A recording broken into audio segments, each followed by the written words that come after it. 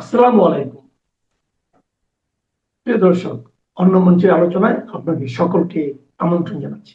উত্তর পূর্ব ভারতের গণমাধ্যম নর্থ ইস্ট নিউজে প্রকাশিত বাংলাদেশের সিনিয়র সাংবাদিক এনায়েত কবিরের series story the Bangladesh expose part 7 নিয়ে যারা গত 6টি পর্ব নর্থ ইস্ট নিউজে পড়েছেন কিংবা আমাদের ভিডিওতে শুনেছেন তারা জানেন, কিন্তু আজকে এই মুহূর্তে যারা নতুন এই ভিডিওতে যোগদান করছেন তাদের উদ্দেশ্যে বলছি যে বাংলাদেশের সিনিয়র সাংবাদিক এনায়েত কবির 2024-এ শেখ হাসিনা সরকারের পতনের পূর্বাপর সেনাবাহিনী এবং বাহিরের ভূমিকা নিয়ে একটা সিরিজ স্টোরি করছেন।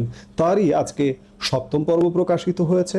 সেই 7ম পর্বের আলোকেই আমাদের আজকের আলাপের ফোকাস বা বিষয় মূলত চক্রান্তের জালে শেখ হাসিনা যেভাবে সেনাপ্রধান ও গোয়েন্দা প্রধানরা ঘটালেন শেখ হাসিনার পতন। 5 আগস্ট 2024 বাংলাদেশের ইতিহাসে এক অবিস্মরণীয় দিন, কিন্তু আমরা যা দেখেছি তার নেপথ্যে কি অন্য কোনো বড় খেলা চলছিল? কিভাবে মাত্র কয়েক ঘন্টার ব্যবধানে একজন লৌহ মানবীকে দেশ ছাড়তে বাধ্য করা হলো, আজ আমরা বিশ্লেষণ করব সেই নেপথ্য কারিগরদের নিয়ে, যারা খুব কৌশলে শেখ হাসিনাকে চারপাশ থেকে ঘিরে ফেলেছিলেন। সেনাপ্রধান জেনারেল ওয়াকারুজ্জামান থেকে শুরু করে ডিজিএফআই ও এনএসআই প্রধানদের সেই মাস্টার প্ল্যান আজ উন্মোচিত হবে এই ভিডিওতে। 5 আগস্ট বিকেল গণভবনের স্পেশাল সিকিউরিটি ফোর্স বা এসএসএফ কর্মকর্তারা এক চরম অনিশ্চয়তায়। প্রধানমন্ত্রী কোথায় যাবেন, কার কাছে নিরাপদ তা নিয়ে কোনো স্পষ্ট ধারণা ছিল না তাদের।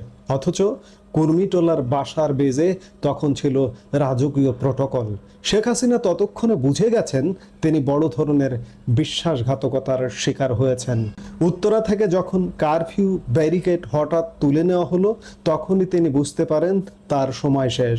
ঢাকা সেনানিবাস থেকে ঘোষণা এলো সেনাপ্রধান জেনারেল ওয়াকারুজ্জামান জাতির উদ্দেশ্যে ভাষণ দেবেন।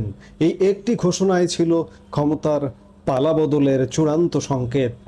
অনেকে বলছেন কোটা সংস্কার আন্দোলন দমনে সামরিক বাহিনীর ওপর অতি নির্ভরশীলতাই ছিল শেখ হাসিনার সবচেয়ে বড় রাজনৈতিক ভুল। গোলাযোগ শুরু হওয়ার পর জেনারেল জামান এবং শীর্ষ কর্মকর্তারা শেখ হাসিনাকে বারবার পরামর্শ দিচ্ছিলেন বিষয়টিকে রাজনৈতিকভাবে সমাধান না করে সামরিক শক্তি ও আইন শৃঙ্খলার ওপর ভরসা করতে। তারা অজুহাত দিচ্ছিলেন প্রাণহানি ও রক্তপাতের। অথচ আওয়ামী লীগের জ্যেষ্ঠ নেতারা বারবার দাবি করেছিলেন যে তারা পরিস্থিতি রাজনৈতিকভাবে সামাল দিতে পারবেন। কিন্তু শেখ হাসিনাকে প্ররোচিত করা হয়েছিল তার ছোট বোন শেখ রেহানা এবং তার উপদেষ্টা সালমান এফ রহমানের মাধ্যমে। অভিযোগ আছে সেনাপ্রধান, ডিজিএফআই এবং এনএসআই প্রধানরা মিলে তাকে একটি মিলিটারি ডিপেন্ডেন্ট বা সামরিক বাহিনীর ওপর নির্ভরশীল বলয়ে বন্দী করে ফেলেন। সেই মরণ ফাঁদেই শেষ পর্যন্ত পা দিয়েছিলেন তিনি। 5ই আগস্ট তাকে যখন বাসার বেজে নেওয়া হয়, তিনি ভেবেছিলেন তাকে নিরাপত্তার খাতিরে টুঙ্গিপাড়ায় নেওয়া হচ্ছে।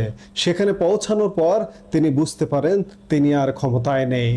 2024 সালের 7ই জানুয়ারি নির্বাচনের আগে থেকেই শেখ হাসিনার চারপাশে একটি শক্তিশালী গোয়েন্দা বলয় বা চট্টগ্রাম সার্কেল তৈরি করা হয়েছিল। এই সার্কেলে কারা ছিলেন? চট্টগ্রামের মোহাম্মদ কায়কাউস হলেন মুখ্য সচিব। এনএসআইয়ের প্রধান হিসেবে নিয়োগ পেলেন হাটহাজারের মেজর জেনারেল মোরশেদ, যিনি বিএনপি নেতা মোরশেদ খানের ভাগ্নে জামাতা। কক্সবাজারের মেজর জেনারেল হামিদুল হক হলেন ডিজিএফআই প্রধান। হামিদের পরামর্শেই নাইমুল ইসলাম খানকে প্রেস সেক্রেটারি করা হয়। এমনকি সামরিক সচিব মেজর জেনারেল কবির আহমেদও এই চক্রের ঘনিষ্ঠ হয়ে ওঠেন। পাশাপাশি সালমান এফ রহমান, যার সাথে পাকিস্তানের ঘনিষ্ঠতার কথা শোনা যায়, তিনিও হয়ে ওঠেন প্রধান কুশীলব। এই চক্রের সাথে নিয়মিত যোগাযোগ রাখতেন তৎকালীন জাতিসংঘ প্রতিনিধি গোয়েন লুইস। অভিযোগ আছে তারা শেখ হাসিনাকে এমন কিছু প্রস্তাব দিয়েছিলেন যা সার্বভৌমত্বের জন্য বিতর্কিত, যেমন রামু সেনানিবাসকে জাতিসংঘের স্থায়ী ঘাঁটি করা বা রাখাইন অঞ্চলে সামরিক করিডোর তৈরি।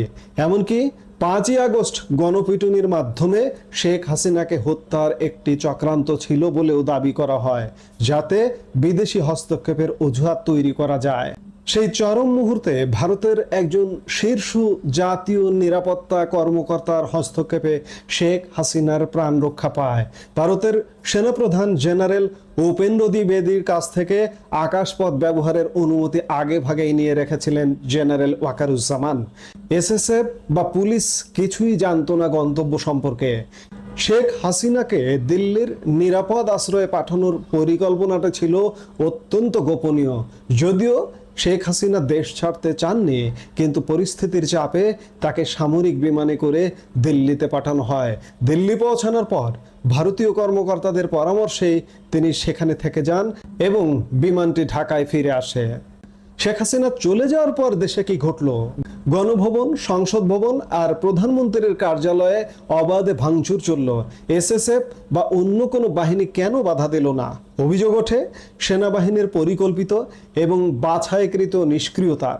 সেনাপ্রধান যখন এসএসএফ ব্রিগেডিয়ারকে রাস্তায় নামতে বললেন, তখন সেই কর্মকর্তা সাফ জানিয়ে দেন যে তারা সাধারণ মানুষের রোষানলে পড়তে চান না।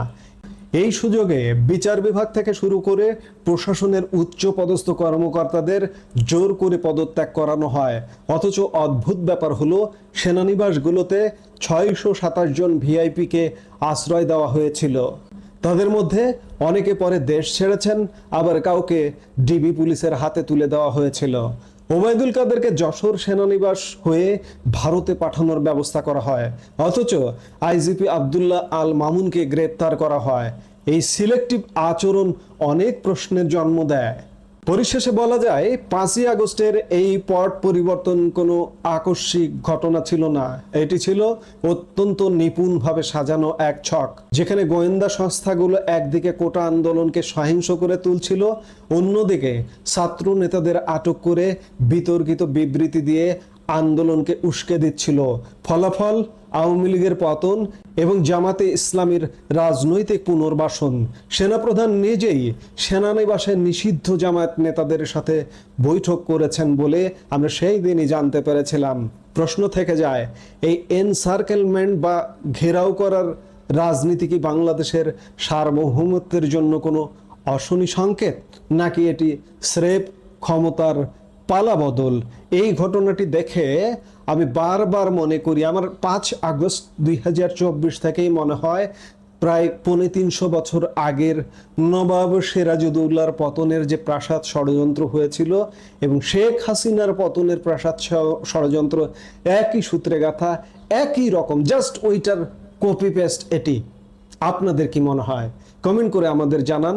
ভিডিওটি ভালো লাগলে লাইক দিন, শেয়ার করুন। ধন্যবাদ। আজ এ পর্যন্তই।